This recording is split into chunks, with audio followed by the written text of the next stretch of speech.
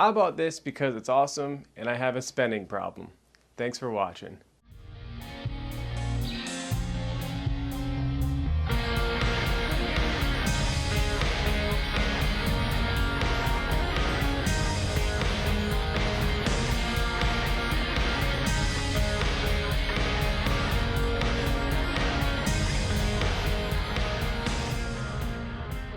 Alright, but let's go over the real reasons I bought this, because it does have a pretty hefty price tag. So why would somebody splurge to get something like a Klim Carlsbad? Well, first things first is it is Gore-Tex. So there are a lot of membranes coming out that are pretty good, that have really high column ratings and breathability ratings, but what they don't have is a really, really good warranty backing them. So when you have a guarantee to keep you dry, that typically means the quality controls and getting the seams right, where that membrane connects to each other, where they have to seal it like underneath the armpits and over the shoulders, and they have different, it's not all one membrane, there's seams in here.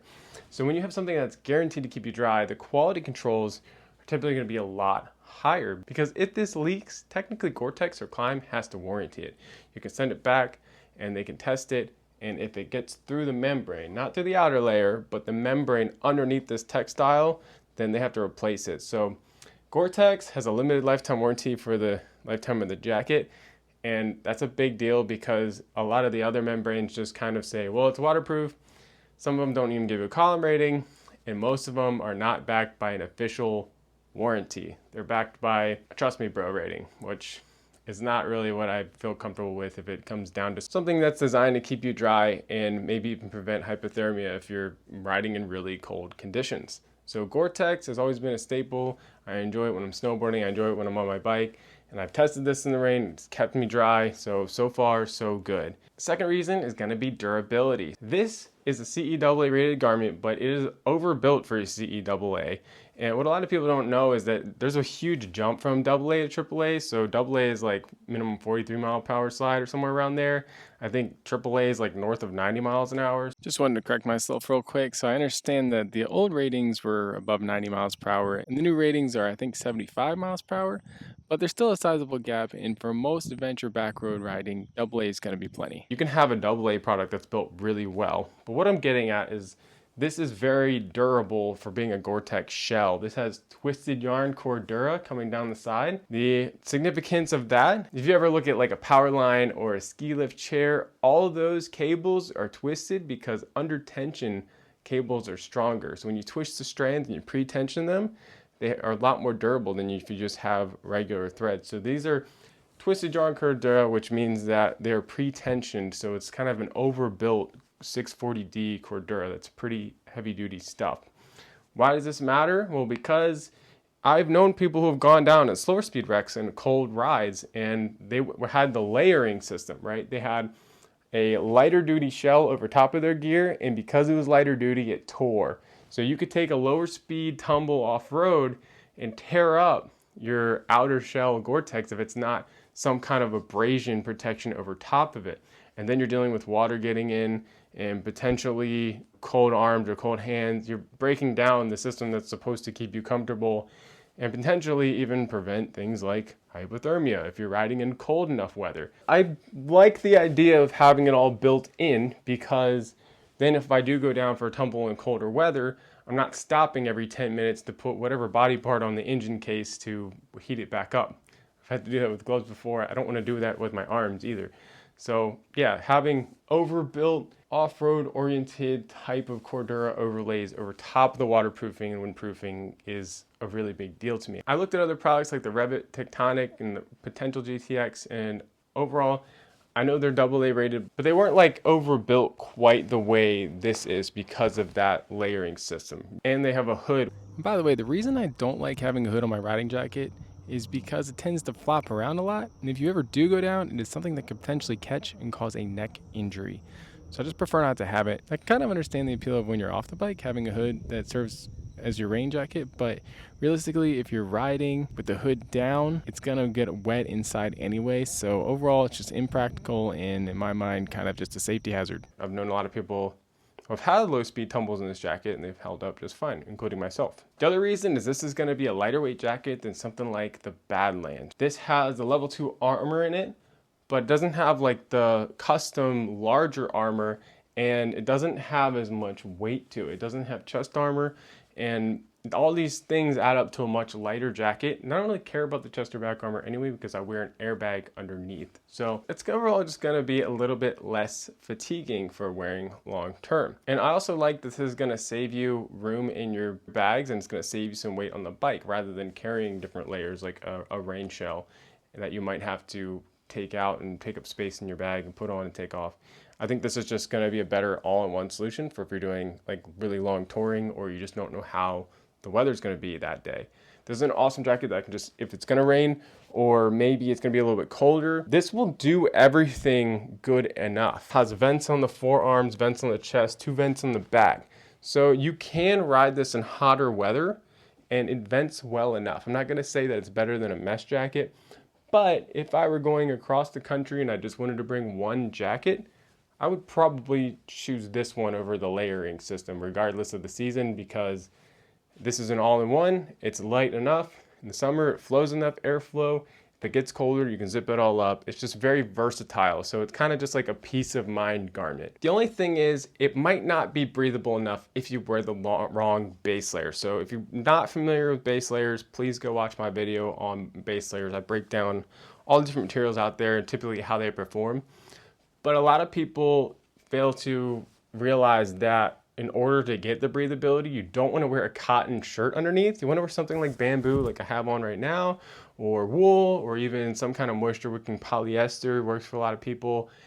But cotton, you lose the breathability regardless of what you're wearing. So it might be okay under mesh where you have constant airflow, but when you're relying on the membrane, like a Gore-Tex membrane, to be breathable, you want something that's not going to hold that moisture. Otherwise, there's really no chance of that moisture passing through that garment. Other things people sometimes overlook when it comes to breathability for a Gore-Tex garment is maintenance. So you do want to take all the armor out and wash this. This will stay breathable enough as long as you do that, because if you sweat and you just never wash this jacket, it clogs all the pores of the Gore-Tex and it makes it way less breathable. So maintenance, as long as you maintain it, as long as you wear the right base layers, typically you're gonna get enough breathability where you can be comfortable. The other main reason I got this jacket is obviously gonna be safety. Like I was saying, it has the level 2 armor. This is Rogue armor, which they've introduced for this year. D3O has been around for a long time and D3O still works really well. But what they did with the Rogue armor is they temperature shifted it just a little bit. So the armor in the elbow, shoulders, and back, D3O wasn't fully accounting for your body temperature heating up those pads. And so what Klim did is they developed Rogue armor, which is just a little bit temperature shifted towards a colder temperature because they figured that your body's going to be heating up those pads, and just having that couple degree shift is going to react a little bit better if you actually take an impact through that pad. So that was the philosophy behind the Rogue armor. Not the main reason I bought it, but a little bit of a cool upgrade. It also breathes better. If you look at Rogue armor, it has a lot more airflow. It is a little bit stiffer to the touch because until it warms up to your body, it feels a little bit more structured than D3O, but once it warms up, I barely even notice it's there. It's really comfortable. Another reason I bought this jacket is because I already owned one. So this seems like a silly reason, but I loved this jacket. Took a couple spills in it, had some damage on it, and it was also too small for my airbag. I bought this jacket and a couple years later bought my airbag, and it basically made this jacket unusable unless I didn't want to wear my airbag. So unfortunately, I was forced to get a bigger size because it just wouldn't work with this. But this jacket has served me so well that I was just struggling to not have this available to me to wear, because this just fills a good spot in my gear. I have my vintage jacket, I have my mid-season, but to have an all-in-one waterproof jacket, you know, if you don't have it, it's fine. You can kind of manage without it, but once you have it, it's really hard to be without it. And this jacket served me really well. It also has a twist yarn dura, has really good armor, but there's also upgrades on this that I like seeing, which is that this had one strap here, and it didn't really hold the armor to your elbow as well as I'd like to see. This one has one here and underneath the arm, so it has two, which is a little bit better. They also added articulation behind the shoulder. So if I turn this around, you can see that there's a cutout right there. So there's a lot more mobility, a little bit better with the airbag. And then they also added a little bit of a relief point here. So one of my biggest complaints about the previous generation is it would kind of feel like kind of rough on your neck if you zipped it all the way up. This completely alleviates that. So yeah, lots of upgrades, and they brought it back in the green, which I'm really happy about. Overall, I think it's a big improvement, and I needed a larger size for fitting my airbag. Another big positive to me is this new generation is PFAS-free. A lot of people think it's a downside. They say the PFAS performed better, but I strongly recommend going to watch the Mark Ruffalo movie called Dark Waters if you want to learn more about that. Forever chemicals is really harsh stuff, and this has been fine. It's been performing just as well so far.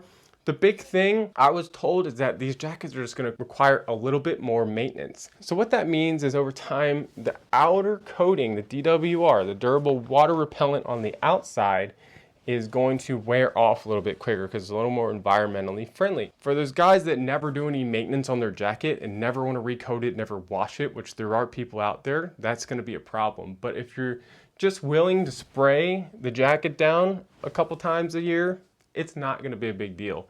It was just when you start seeing this outer shell kind of wet out, you'll need to reapply some of the DWR. That's not a big deal to me.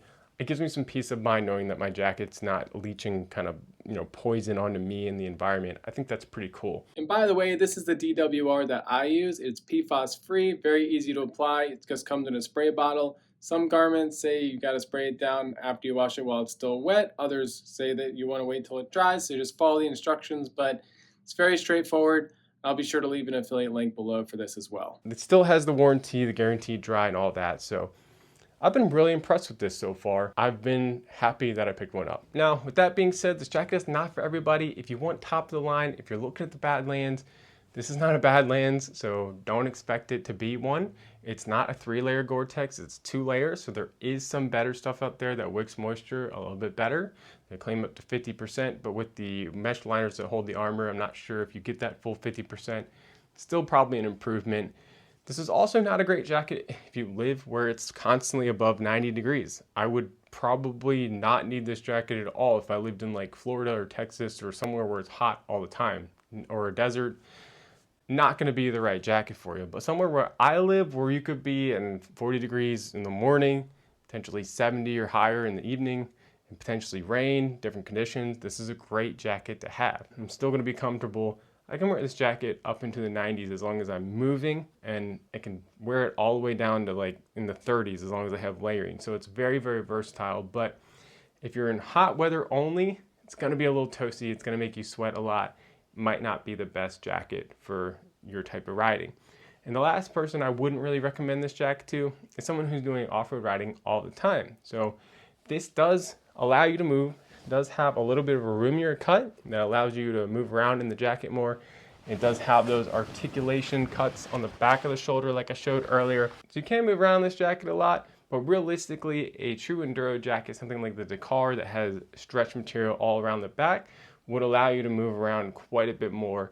And if you're moving around at low speed, sweating a lot, it's probably best to not have that Gore-Tex liner making you hotter. It's usually better to have something mesh or something that just has a little bit better ventilation, so you're not just getting uncomfortably hot. So yeah, that's why I bought a Klim Carlsbad jacket. If you like this, be sure to hit the like button, subscribe, and notification bell so you don't miss any new content. If you have any questions or concerns, please leave them in the comments. I always try my best to get back to people. That's all I got for today. I'll see you next week.